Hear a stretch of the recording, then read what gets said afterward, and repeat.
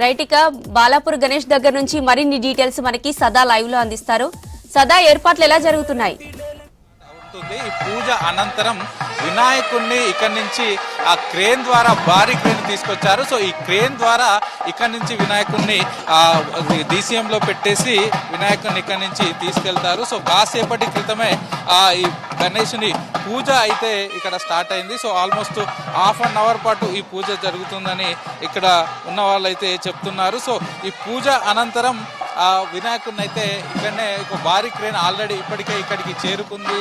So ఆ crane ద్వారా టస్కర్లో పెట్టేసి ఈ టస్కర్ నుంచి ఈ ప్రస్తుతం ఈ ఊర్లో కొద్దిసేపు తిప్పుతారు. సో ఆ ప్రొసెషన్ స్టార్ట్ అవుతుంది. ఆల్మోస్ట్ 6:30 నుంచి 6:45 మధ్యలో ప్రొసెషన్ అయితే స్టార్ట్ అవుతుంది. సో ఆ తర్వాత 9 o'clock ఇక్కడికి రీచ్ అవుతుంది, తిరిగి మళ్ళీ బొడ్రాయి దగ్గరికి. సో 9 o'clock ఈ బాలాపూర్ లడ్డు ఆక్షన్ అయితే వేలం, అందరూ ఎదురు చూస్తున్నటువంటి బాలాపూర్ లడ్డు ఆక్షన్ వేలం పాట అయితే స్టార్ట్ కాబోతుంది. సో 9 o'clock నుంచి 9:30 వరకు ఒక హాఫ్ అన్ అవర్ వరకు ఈ వేలం ఉంటుంది. సో ఆ తర్వాత గణేషుని DCM కి షిఫ్ట్ చేస్తారు.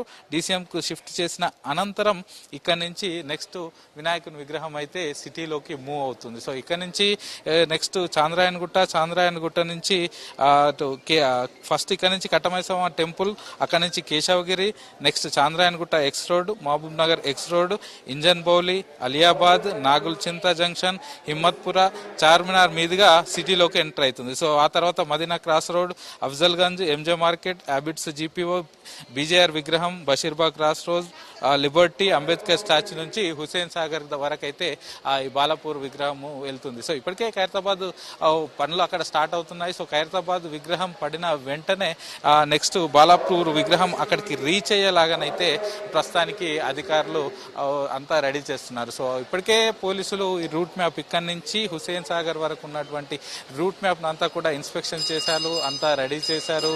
సో మనం చూస్తున్నాం కదా, ఇప్పుడే పూజ స్టార్ట్ అవుతుంది. సో ఈ బాలాపూర్ గణేష్ ఉత్సవ సమితి సభ్యులంతా కూడా ఇక్కడికి చేరుకొని కాసేపటి క్రితమే పూజలో కూర్చున్నారు. సో ఈ పూజ అయిన అనంతరం ఇక్కడి నుంచి ఈ గ్రామంలో ఇటు ప్రాసెషన్ అయితే ఉంటుంది. సో ఇంటింటికి తిప్పడం, ఇళ్ల దగ్గర ఆపిన తర్వాత వాళ్ళు వచ్చి హారతులు ఇవ్వడం, కొబ్బరికాయలు కొట్టడం ఇదంతా ఉంటుంది. సో ఊర్లో తిరిగిన అనంతరం తిరిగి మళ్ళీ ఒక రౌండ్ తిప్పిన తర్వాత మళ్ళీ బొడ్రాయి వద్దకైతే విగ్రహం చేరుకుంటుంది. సో అక్కడ అందరూ ఎదురు చూస్తున్నటువంటి బాలాపూర్ ఆక్షన్ వేలంపాట అయితే స్టార్ట్ కాబోతుంది. సో ఈ ఆక్షన్ కు సంబంధించి ఇప్పటికే ఈసారి ఎవరెవరు పాల్గొనబోతున్నారు అనే దానిపైన కూడా సస్పెన్స్ ఉంది. మొత్తం 7 ఇప్పటి వరకు రిజిస్ట్రేషన్ చేసుకున్నారు. సో ఈ 7తో పాటు గతంలో ఎవరైతే లడ్డు కొనుగోలు చేశారో వాళ్ళు కూడా ఈ ఆక్షన్ లో పాల్గొనే అవకాశం ఉంటుందని నిర్వాహకులకు చెప్తున్నారు. సో ఈసారి 7 కొత్తగా పార్టిసిపేట్ చేయడానికి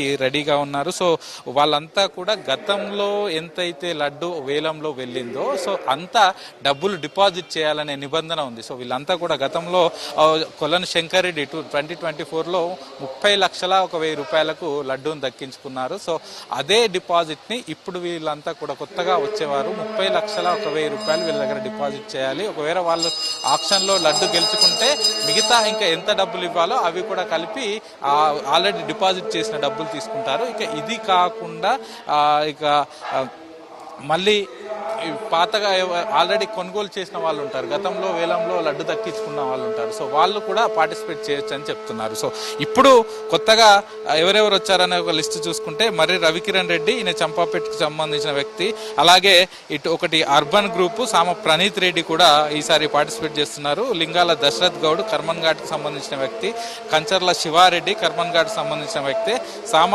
రామ్ రెడ్డి ఆయన కొత్తగూడెంకు సంబంధించిన వ్యక్తి, అలాగే PSK గ్రూపు, అలాగే జిట్ట పద్మ సురేందర్ రెడ్డి చంపాపేటకు సంబంధించిన వ్యక్తి. సో వీళ్ళు 7 ఈసారి కొత్తగా వేలంపాటలో పాల్గొంటున్నారు. సో వీళ్ళంతా కూడా ఆల్రెడీ 30,01,000 రూపాయలు ఇక్కడ డిపాజిట్ చేశారు. సో డిపాజిట్ చేసిన అనంతరమే వీళ్ళని ఉత్సవ కమిటీ అయితే కన్ఫర్మ్ చేసింది. ఇక వీళ్ళతో పాటు గతంలో గెలుచుకున్న వాళ్ళు కూడా పార్టిసిపేట్ చేయొచ్చు అని చెప్తున్నారు. సో ప్రతి ఏటా ఏడాదికి బాలాపూర్ లడ్డు అనేది డిమాండ్ పెరిగిపోతుంది. గుర్తొస్తుంది. వేలంపాట అనగానే ఇటు మనకు బాలాపూర్ లడ్డే గుర్తొస్తుంది. సో మొత్తం మనకు హైదరాబాద్లో వినాయకుడు అనగానే గుర్తొచ్చేది ఖైరతాబాద్ తర్వాత మళ్ళీ బాలాపూరే. ఈ బాలాపూర్కి ఇంత ప్రతిష్టత, ఇంత ప్రత్యేకత, ఇంత ఫేమస్ అయింది కూడా బాలాపూర్ లడ్డు, ఆ లడ్డు ఆక్షన్ తోనే అనే చెప్పుకోవచ్చు. అయితే ఇక్కడ లడ్డు దక్కించుకున్న వాళ్ళంతా కూడా కొంతమంది రియల్ ఎస్టేట్కి సంబంధించిన వాళ్ళు ఉన్నారు, కొంతమంది పొలిటీషియన్ ఉన్నారు, కొంతమంది ఇక్కడ లోకల్ వాళ్ళు ఉన్నారు, కొంతమంది రైతులు కూడా ఉన్నారు. సో లడ్డు దక్కించుకున్న వాళ్ళందరూ కూడా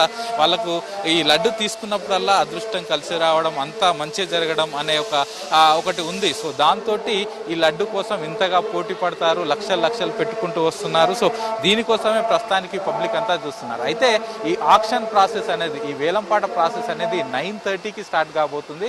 9:30 నుంచి హాఫ్ అన్ అవర్ 30 minutes పాటు ఈ ఆక్షన్ ప్రాసెస్ కొనసాగుతుంది. 10 o'clock వరకు క్లోజ్ చేస్తామని చెప్తున్నారు. అలాగే ఇక్కడికి సంబంధించిన కొంతమంది పొలిటికల్ లీడర్స్, కొంతమంది లీడర్లు వీళ్ళంతా వచ్చే అవకాశం ఉంది. సో వాళ్ళది కూడా ఒక 15 నిమిషాల పాటు స్పీచ్ ఉంటుందంటూ కూడా ఇటు ఉత్సవ సమితి సభ్యులు అయితే చెప్తున్నారు. సో ఈ ప్రాసెస్ అంతా కూడా 9:30కి స్టార్ట్ అవుతుందని చెప్తున్నారు. సో ఈ వన్స్ ఈ వేలంపాట అయిపోయిన తర్వాత నెక్స్ట్ వినాయకుని విగ్రహాన్ని ఈ డీసీఎంలోకి ఎక్కిస్తారు. సో డీసీఎం నుంచి అటు హుస్సేన్ సాగర్ వరకు ప్రొసెషన్ అయితే స్టార్ట్ కాబోతుంది. సో ప్రస్తుతానికైతే ఈ పూజా కార్యక్రమం జరుగుతుంది. సో ఈ పూజ ముగిసిన అనంతరం బాలాపూర్ గ్రామంలో పురోవీధుల గిండా ఈ బాలాపూర్ గణనాథుడు అయితే శోభయాత్ర ఉంటుంది. సో ప్రస్తుతానికి ఈ పూజ ఇంకొక 30 minutesలో అయిపోతూ 6 o'clock వరకు అయితే క్లోజ్ అవుతుందని ఇక్కడ ఉన్న నిర్వాహకులు చెప్తున్నారు. 6 తర్వాత ఇక్కడి నుంచి వినాయకుడిని తీసి డీసీఎంలో పెట్టే ప్రాసెస్ సాగుతుంది. సో ఇప్పటికే ఇక్కడికి భారీ క్రేన్ చేరుకుంది. సో ఈ బాలాపూర్ గణనాథుడు కూడా మొత్తం 15 feet హైట్, అలాగే 2 టన్నుల వెయిట్ ఉంటున్నట్టు కూడా నిర్వాహకులు చెప్తున్నారు. సో ఇంత హెవీగా ఉంటుంది కాబట్టి దీనికోసం ఈ వినాయకుని విగ్రహాన్ని డీసీఎంలో పెట్టడానికి ఒక భారీ క్రేన్ కూడా ఆల్రెడీ సెటప్ చేసి పెట్టారు.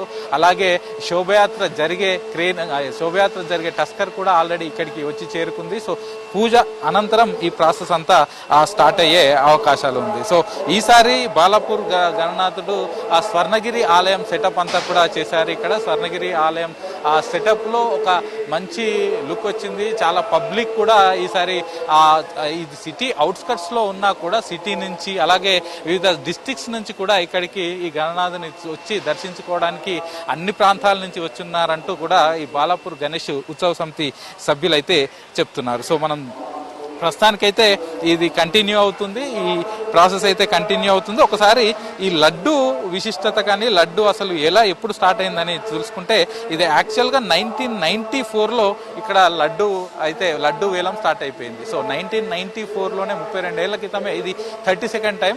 ఈ 32 ఏళ్ల క్రితమే 1994లో అప్పుడు కొలన్ మోహన్ రెడ్డి అనే వ్యక్తి ఇక్కడ స్థానికుడు. సో ఆయన 450 రూపాయలకు ఈ లడ్డు కొన్నాడు.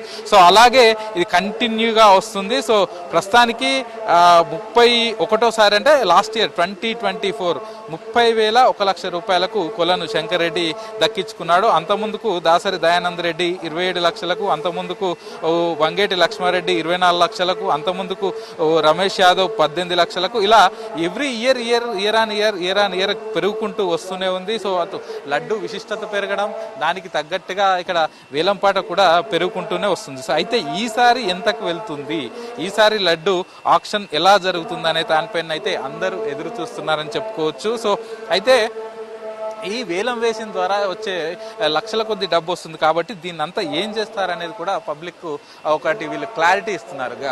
బాలాపూర్ ఉత్సవ సమితి సభ్యులు వీళ్ళు ఒక క్లారిటీ ఇస్తున్నారు. సో ఇప్పటి వరకు మొత్తం 1,64,87,000 రూపాయలతోటి వివిధ అభివృద్ధి పనులు చేపట్టాం. దానిలో గ్రామంలో ఉన్నటువంటి హనుమాన్ టెంపుల్ మరియు లక్ష్మీ గణపతి టెంపుల్ నిర్మించాం, దానికి 32 లక్షలు అయింది.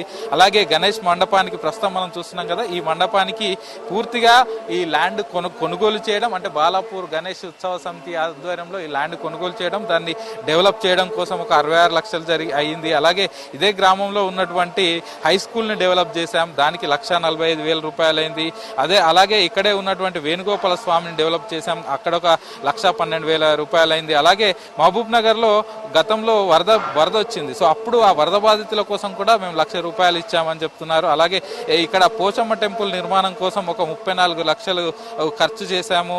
అలాగే ఇక్కడ శివాలయం టెంపుల్ డెవలప్మెంట్ కోసం ఒక 3 లక్షల రూపాయలు అయ్యింది, మహంకాళి టెంపుల్ కోసం ఒక 8 లక్షల రూపాయలు అయింది అని చెప్తున్నారు. అలాగే గ్రామంలో సీసీ కెమెరాల ఏర్పాటు కానీ, లేకపోతే అయ్యప్ప స్వామి సన్నిధానం కానీ ఇట్లా, అలాగే బాలాపూర్ జడ్పిహెచ్ఎస్ లో నెక్స్ట్ వాష్రూమ్స్ మెయింటెనెన్స్ కోసం కూడా ఖర్చులు మేమే పెడుతున్నామంటూ కూడా ఈ ఆలయ ఉత్సవ కమిటీ సభ్యులు అయితే చెప్తున్నారు. సో ప్రస్తుతానికే ఈ లడ్డు వేలంతో వచ్చిన డబ్బులన్నిటి కూడా వివిధ డెవలప్మెంట్ వర్క్స్ కోసం, చారిటీ వర్క్స్ కోసం, అలాగే గ్రామంలో ఉన్నటువంటి జడ్పిహెచ్ఎస్ స్కూల్ కోసం, సో వీటన్నింటి కోసం ఖర్చు పెడుతున్నామంటూ కూడా ఇటు ఉత్సవ సమితి సభ్యులైతే చెప్తున్నారు. సో చూస్తున్నాం కదా, ప్రస్తుతానికైతే ఈ పూజ కార్యక్రమం స్టార్ట్ అయింది, కంటిన్యూ అవుతుంది.